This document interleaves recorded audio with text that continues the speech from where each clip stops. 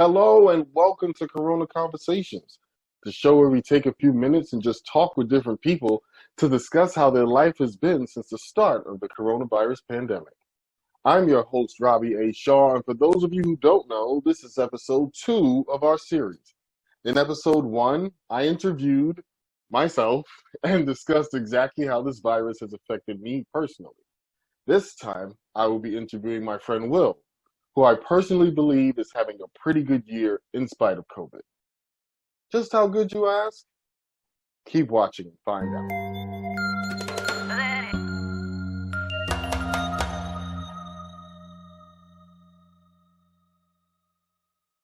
Thanks again for joining me. I Yeah, really no do problem. appreciate it. It does. It really means a lot because I'm just starting out on this thing. Yeah. And, but It's fun. I mean, like I said, it's just fun to chat. I think the Yeah. last time I texted you was about after Endgame. Yeah, it I think was that's really the last time we did. Like, that wasn't like just a couple random Instagram like messages. It was like It was like deep in conversation about Avengers Endgame. Like, Well, when you- and it's really funny, like, because obviously, like, you and I just kind of met randomly through like Yes. a friend and stuff. Yes. But like, I have all these people like all over the place because I've lived in a couple different places across the country and just in these different like pockets all over the nation. And I'm like texting all of them like, you see this? And it was so crazy because I think I saw it. I think I saw it with my wife, and then after that, I text you and I text my brother, and my brother was like, "I have to go," and then I was like, "All right, we're going later," and I bought tickets and went right back the same day. Anyway, how are you doing right now, man? How is COVID affecting you? I'm in a decent place right now. So the whole what's been going on with COVID, at least with me. So in March when COVID started, I was actually living in Seattle. So right now I live in Spokane, Washington, which is about 30 miles where I grew up. And always kind of thought I wanted to move back over here when I was ready to sort of settle down, try for a family and stuff like that. But I had been talking with my boss and my boss's boss at work about potentially becoming like a remote employee and moving back over here because I wanted to be over here. My parents still live in my hometown, so it'd be nice to be closer to them now that they're retired. And, it's much cheaper to live over here too. I can afford to buy a house over here, things like that. So it actually was interesting because I was talking with them about two different options. One was that one. And then also my company has a couple offices around the world. Okay. And one of them is in Edinburgh, Scotland. And I was really interested about maybe doing that for a year, but that didn't actually pan out. What actually ended up happening, so in early March, I had a trip planned, and part of it was, half of it was a photography trip in northern Arizona around, Horseshoe Bend, Grand Canyon, that sort of stuff. And then the back half was time in Vegas, just, relaxing, doing all that stuff. Yeah. And as sort of like the COVID stuff became more and more serious, a couple of buddies and I that were going to meet up in Vegas, we're like, okay, we're canceling the Vegas part. And then I was doing the photo thing by myself, and I canceled my flight because I was going to fly into Vegas, drive from Vegas up to the northern Arizona part, and then drive back to Vegas and do that then. So I canceled my flight because I didn't want to be, on there. And so what I ended up doing though is I still did the photography part and drove down. So, but like right before that, I actually got, a message from our HR department that said I had been approved to be a full-time remote employee, and that I would become a full-time remote employee about mid-March or May, which is what I had asked them to do when I had like sort of filled out all the paperwork and things like that they need to review. And so from there, it was kind of this crazy thing. I got back from my trip and I actually stayed back at my parents' house for like a month because they had actually, work had basically said, we want everybody to work remotely. Because it was, and this is before it was like really bad nationwide or like really being paid attention to. Because, Seattle was one of the very first, big hotspots and things like that. Right. And so, Microsoft, Amazon, all the big companies were saying basically, if you can work from home, do it. And then I don't work for a tiny startup, but I work for sort of like I would say a medium-sized public company, software company. And they basically followed suit and said, if you can do your work from home, do it. And so I stayed at my parents' house for like a month after that. And then while I was here, while I was staying at my parents' house, I was looking for houses over here. There are other things that have been affected by COVID. So, you know, like all of my colleagues at work right now, they're all working remote too. So, Right. you know, it's when I'm on a meeting, like when we're having, you know, a meeting, it's actually like 7 or 8, you know, Zoom screens or Hangout screens rather than like almost everybody together at the office and just Right. me, things like that. Right. This is over here. Wow. And once I found a house over here and I got an offer accepted, I went back to Seattle for about another month, started packing. So in that regard, like that kind of stuff, really nothing sort of changed with COVID. But what's going on right now, so many people are so adversely affected by what's going on, and I'm not one of them. Absolutely. And that isn't lost on me at all. And that's why, I mean, and I'm not one of those people that doesn't take it seriously. I can take all this stuff very, very seriously.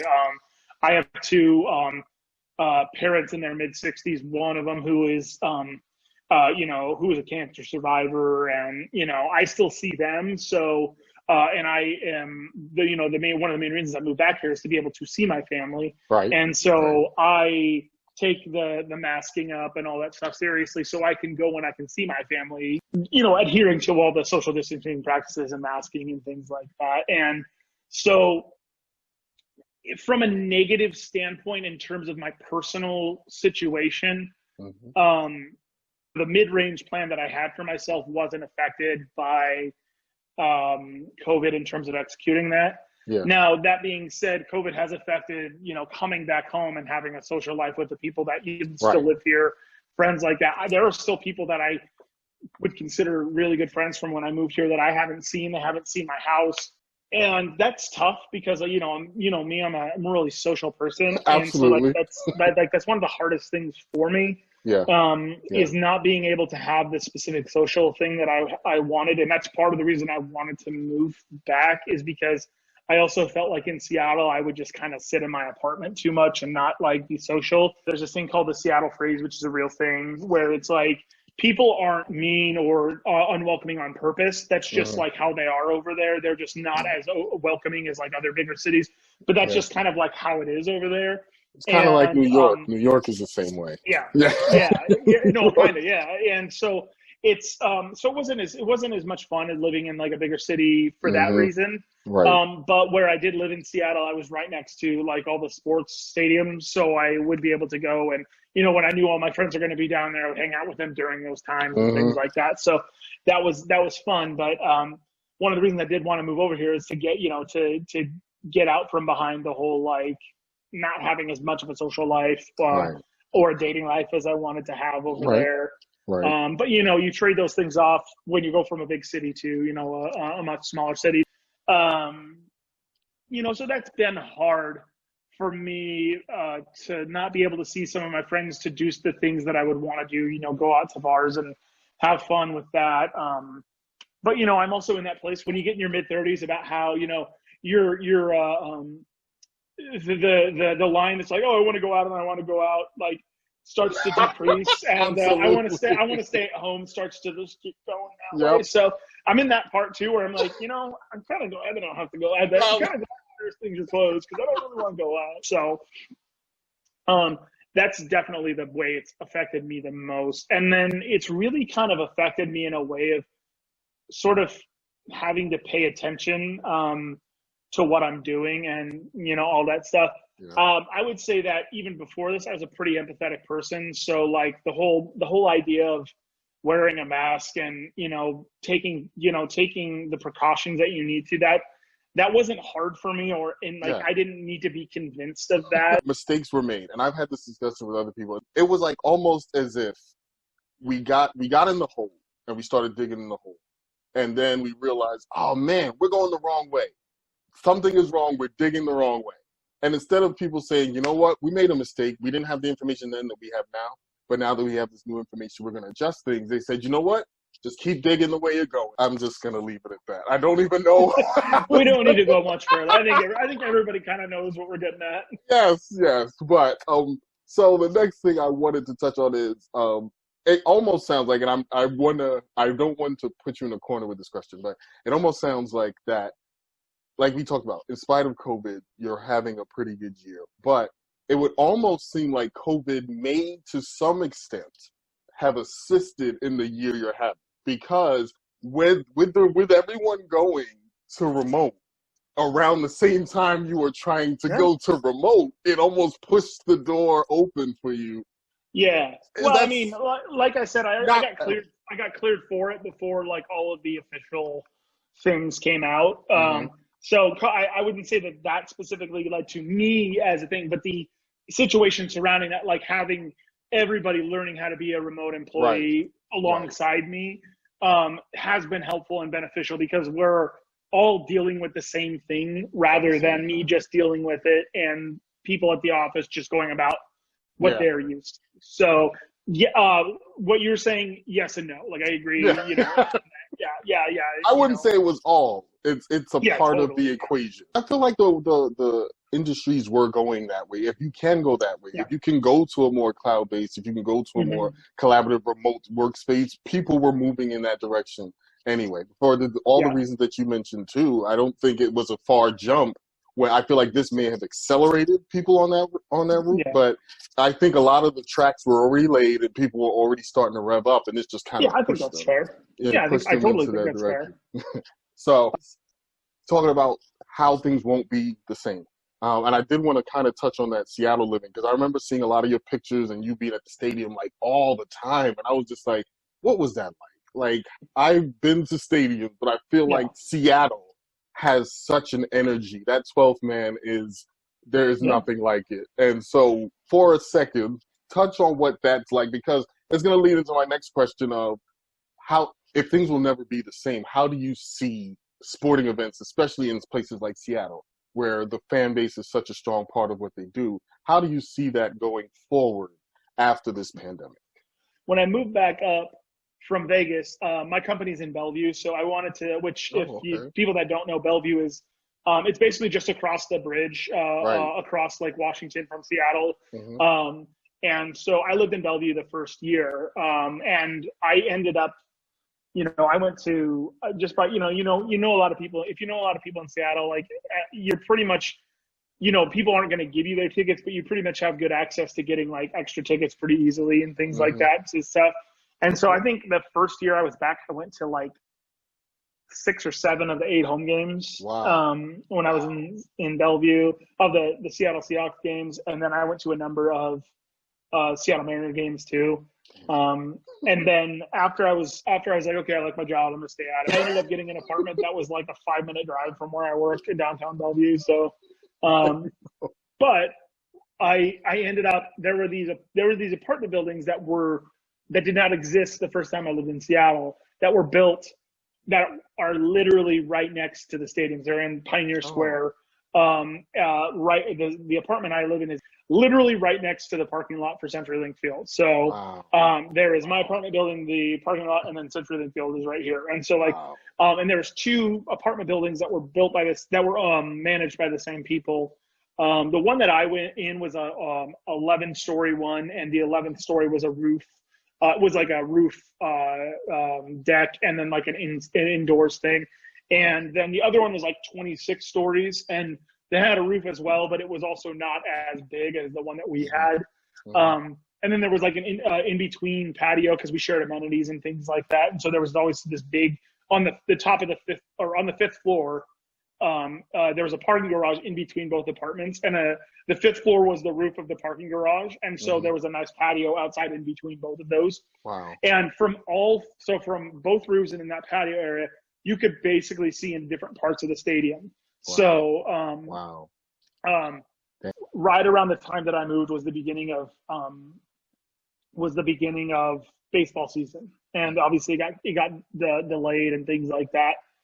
And there's a lot of businesses down there that rely on a lot of those, Right. that time they meet all in the 60 games that they have down there for the baseball games or the in the summertime, that's how they pay all their bills through that. And Yeah. I don't know the specifics because this happened pretty early in the season, but there's a pretty like an institution called the Pyramid Ale House down there right across the street from T-Mobile Field, which is where the Mariners play. Mm-hmm. And it closed down.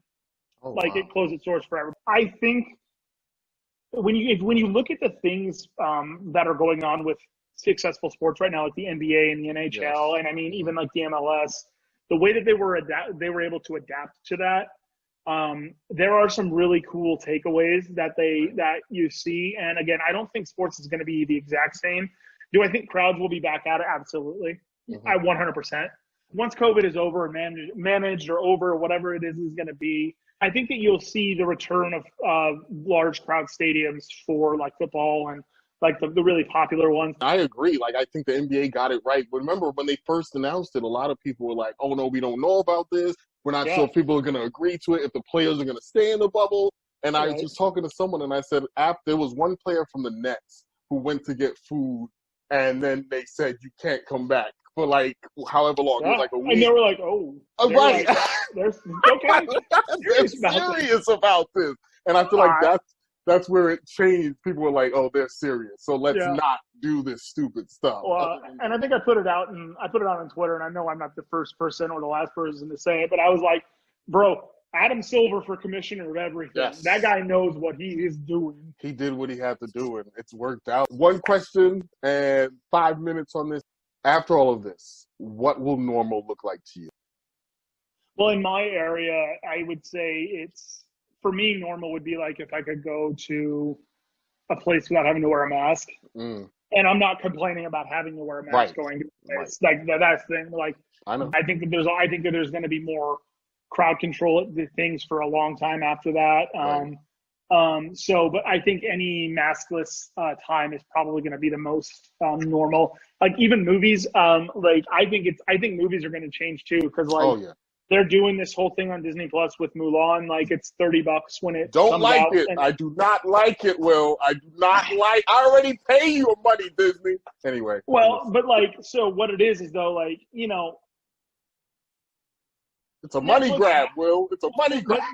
Netflix has their production arm, which I get, but like you can definitely say that like for most Netflix productions versus like motion picture studio productions, there is a clear delineation between like that stuff, and so that extra money pays for that. And like if you also want to look at it, Netflix is like $15 a month, and Disney Plus is only like $7. So it's, you know, there's also that. It's 13, but also bundle. Disney. Exactly. You know, Disney Plus for free for me right now because, you know, I still got that 3-year Verizon and stuff. I hate people who keep telling me that. What do you want me to not? Nope. I am paying for ESPN Plus, but to be honest, like I mean, like for the things like Endgame, like let's talk about Endgame. I want to be in a theater for that. Like I want to be like that. Those things I don't think will ever change. People were like these huge things, but you might see more of like motion pictures being seeded out to these streaming services for an extra premium based on how Mulan does. Because, and to be fair, like there are some times where I don't want to go to a movie theater because I want to be around other people because I want to hear talk. I want to hear, you know, but like there are movies that adds to the experience, like the Marvel movies or like the DC movies, like or like the good DC movies, Will, the good ones. Oh yeah. I didn't want some dude in the comments to just be like, "Well, you didn't mention DC either." I definitely agree. Like with the movies, like I touched on it when I interviewed myself. It was like I kind of was like movies aren't going to go away. You can't replicate that. You'll get close to it at home, and there are some days you want it at home, but you can't replicate that. So I know that you said that you want to leave some time for me to talk about, and like, and I know we were kind of like when we were talking about the COVID stuff and like what was going on, it just kind of like naturally didn't get to that point. But I also did want to talk about like what has happened during COVID and what during COVID, when you don't have the normal things that you're doing and you have time to think. Like I've always thought of myself as a, you know, a good ally, empathetic, and, you know, something like that. And, you know, and I've been very vocal, you know, about a lot of racial things going back a long time. I remember getting at people about Kaepernick and things like that. People talking out the side of their head about Kaepernick and things like that. But when all this stuff with George Floyd happened, and then like George Floyd, but then like Breonna Taylor and Ahmaud Arbery, and all these things that just came to light at the same time, and you're at home and you're not doing anything and you have so much more time to reflect on all that stuff. And you think about what it means to be like a good ally. Does it just mean like me doing, me as a white person just being like, well, that sucks, we really need to change things, and then like not really being part of the conversation, Right. or like just assuming that everybody already thinks that's that's a terrible thing. Mm-hmm. Or like people are finally going to see it this time, like, yeah, we we got the fucker. So like, how do you see this? Again, apologies for swearing, I'm a swearer. And then you sit and you think, and you're like, and you see all these things, and you're like, and you hear all these really prominent people of color. It's because not just black. It's Right. it's black, Latino, it's all those things. And you hear these really prominent voices talk about these things that you really have to re-challenge like the way that you think. And because I had so much time, I thought about like, am I doing enough? And and I got way more involved in things. I started going to rallies, and I started challenging people for, I started going really hard at certain things. I started trying to, one of the best things that I think I heard throughout this whole thing is it's not enough to not be racist. It's you have to be anti-racist.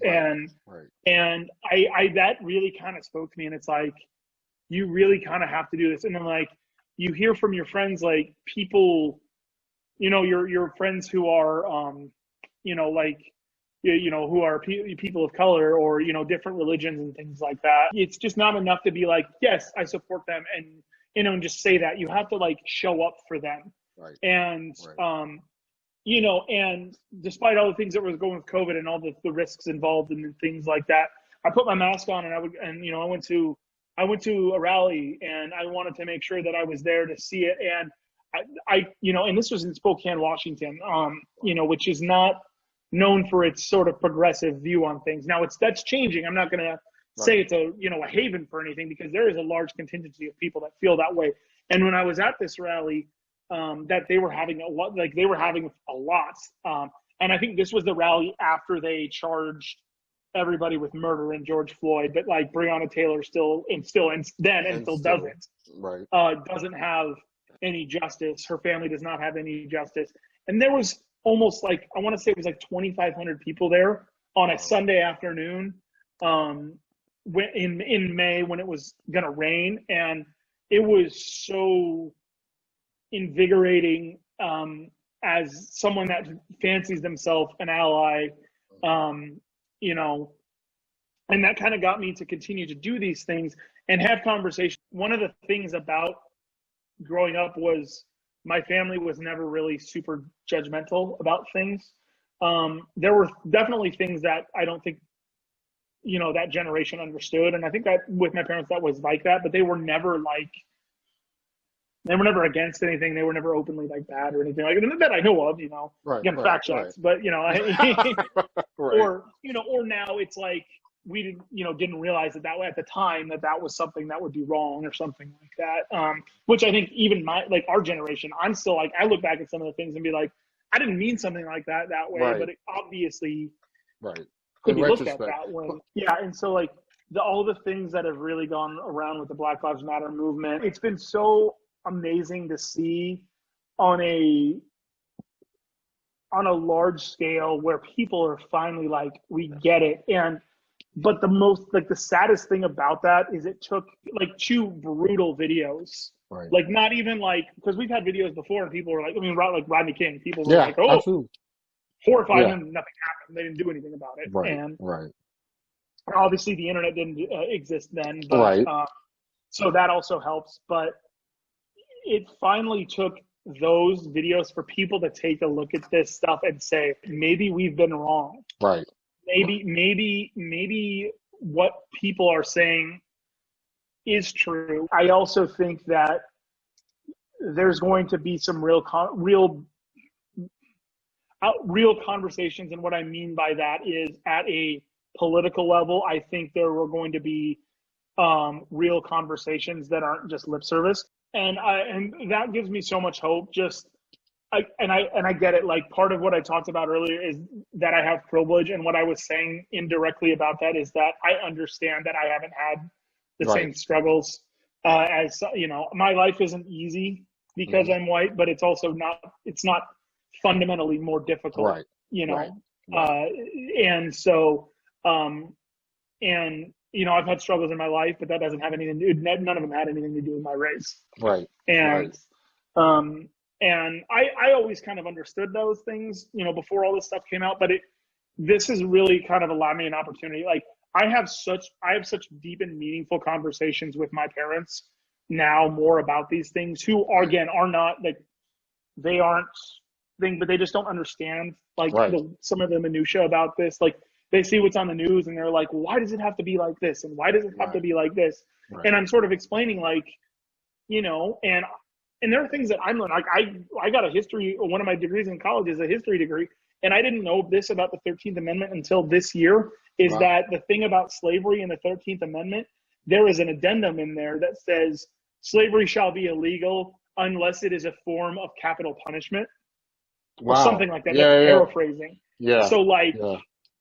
so that kind of is like, we don't ever talk about that and how that literally directly led to Jim Crow. Mm-hmm. Like, and all of these sort of things where, black people went from being slaves to freed men, Right. and then they couldn't get a job, or people wouldn't hire them or something like Mm-hmm. that, and then they ended up breaking the law in some way, and they just went right back to being Right a back slave to again. jail. Yep. And so, Yep. where they could be used as a slave, and so it's Mm-hmm. like some of the stuff like people are having conversations about is just blowing my mind, and it's amazing to see, but it just still breaks my heart to see some of these things in the way that people will use anything that they can. Like, well, George Floyd did drugs at one point in his life. Like, however, doesn't matter. Yeah. What happened? What happened in the moment is the only thing that matters. Yep. Absolutely. And even if he did, or even if he did something wrong, mm-hmm.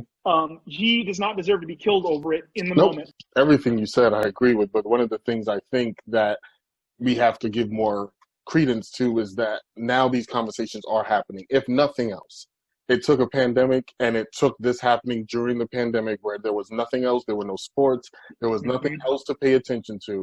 But it did turn people's eyes to this has been happening. And people have been giving it a blind eye. People in the Black community know what's happening. And we're just we're like, okay, this is what it is. Mm-hmm. But I think everything kind of turns in a way where you couldn't turn a blind eye. You couldn't look away. You couldn't act like it didn't happen. It's right there. And if there's nothing else that came out of this pandemic, that is definitely one side effect of everyone being inside, everyone being not able to have those other normal distractions that led to this. But, well, it is always a pleasure. Talked a real long time. I'm sorry to talk your ear off. Somebody's like, hey, human interaction, let's go. But no, I appreciate you so much for joining. You are like officially the first guest, but the second guest on this channel. And we'll definitely have some more conversations. We have a lot of things we got to talk about. We definitely have to talk about some sports. We definitely have to talk about some Marvel movies, even though I probably won't be seeing any in theaters for the rest of this year. But we'll definitely touch base on that. Thanks again. I'm now that I know that you're ready and willing and able. Oh, this is right.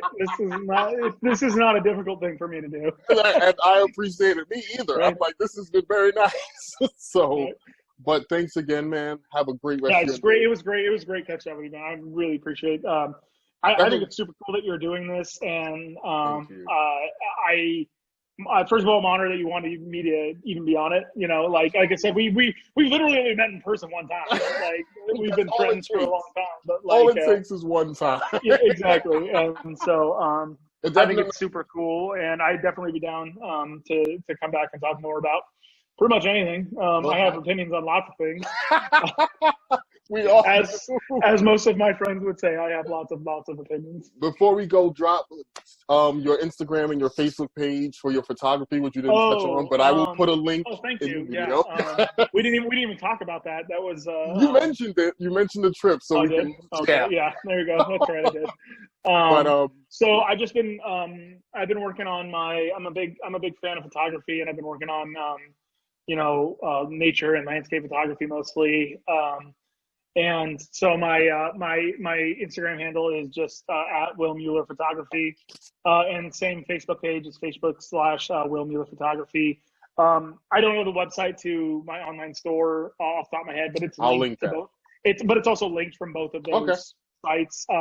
If anybody's interested in purchasing anything, I appreciate you, wanting to give people a shout out. That's super cool. Absolutely, man. Like I've seen your pictures from the beginning until now. Like, we can definitely see the progression, and I definitely will be purchasing one of those soon. We talked about that before. I'm serious. Like I do see the progression, and they're great pictures. Like there's a difference between just taking a picture and then taking a picture, and you can definitely see that. I appreciate it, man. We'll talk again soon. Have a great rest of your day. All right, man. Good to see you. Later, man. Well, that is all for our show today. I want to thank Will again for coming and taking time to sit down with us. There will be links to his Instagram page and his Facebook page for his photography, but he is a really great guy. Go out and support him. Everyone be safe, wash your hands, don't touch your face, and we'll see you next time.